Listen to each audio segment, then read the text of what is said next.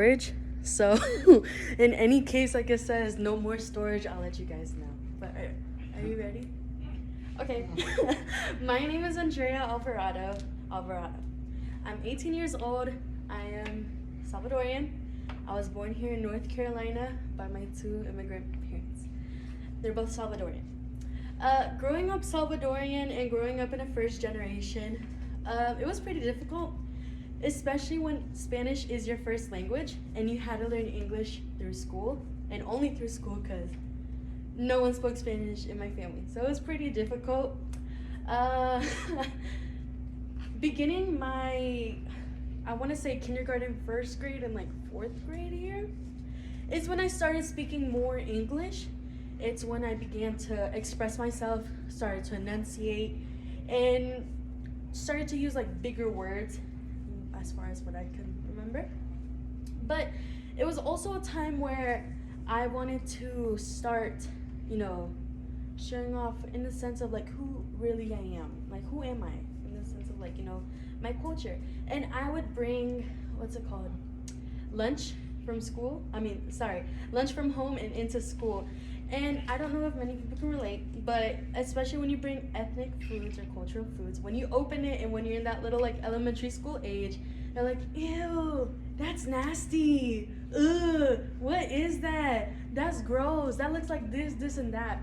And so that was very embarrassing for me and humiliated me. And the moment I came home, I told my Mom, I am only eating school lunch. I do not want anything else. Do not pack me anything else. I'm only eating at home. I don't want anything else. Like, just leave me alone. And so that I began to reject my culture. I hated being Salvadorian. I was like very monkey see, monkey do type of person. So if I would see someone do something, I would repeat it. And I was much of a people pleaser. So if I saw someone not liking the way I acted, I tried to like change the way I was to like fit their aesthetic in the sense. In the 5th grade, I left for about like a month to El Salvador in January, and that's when we have our my mom's kind of town, like her pueblo, and it's los what's it called again? Los festivales de enero, so like the festivals of January. And I was elected like, what's it called? Like a little like mini me of like the beauty queen of the town. So I was her little mini me.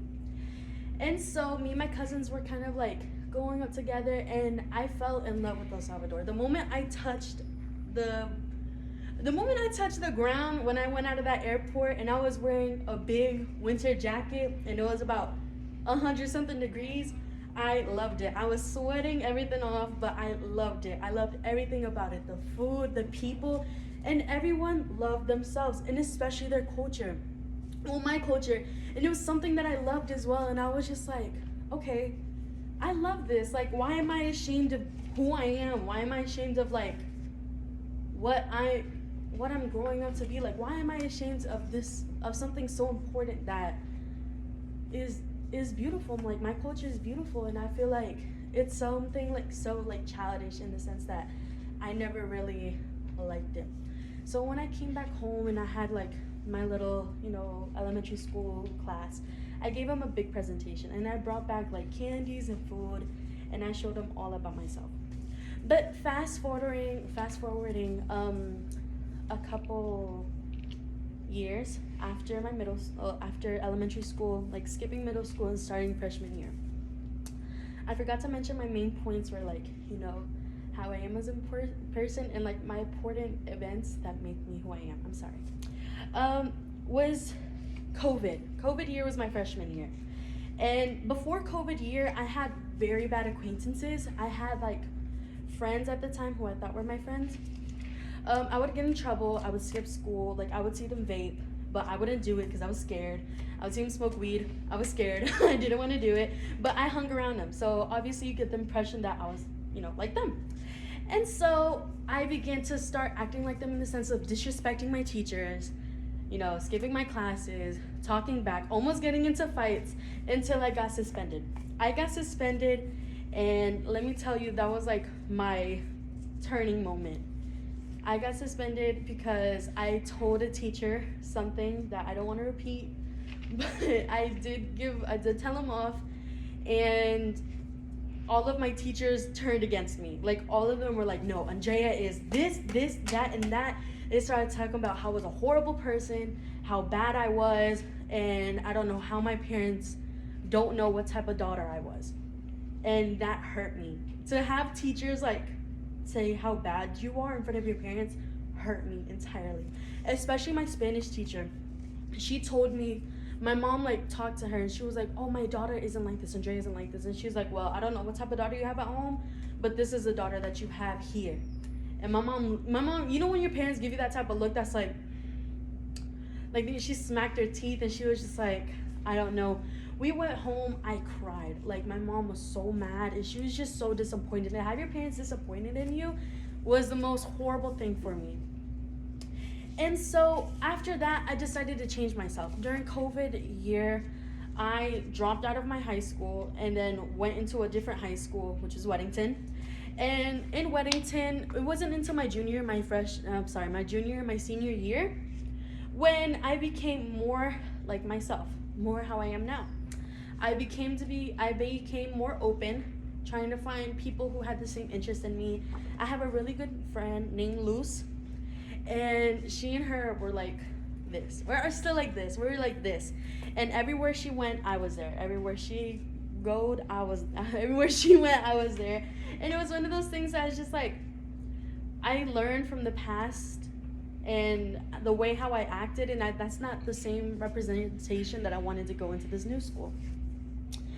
Graduating was very much a great accomplishment for me, especially with I see with everyone in COVID year, my GPA was down. I had a 1.8 GPA. It was really bad, and I graduated with a 2.2. So I guess that's something. I'm trying to get my GPA up. Obviously, I know how important education is, and how, in the sense, this is important. Education is important. Maybe I wouldn't have thought of that when I was younger, but I think about that now. I am going over a couple of minutes, but I have one more quick little point and the conclusion. I'm so sorry. My last point is that I am very religious. I am Catholic. I come from a Roman Catholic household, and my religion for me is very important, especially, I'm getting teary-eyed, especially how growing up and seeing how I was before and finding myself now. Finding myself with God helped me become a better person. It helped me realize that I changed because I found God. And it sounds cheesy a lot that there's no way, because I had people tell me there's no way God could change you. You're a horrible person. There's no way. And I like to say that, yeah, God did change me. He changed me, and he helped me realize a lot of my mistakes and helped me become who I am today.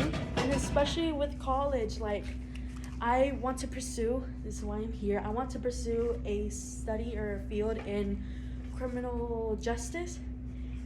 But I'm also seeing a really big lean towards religious life and becoming a religious sister.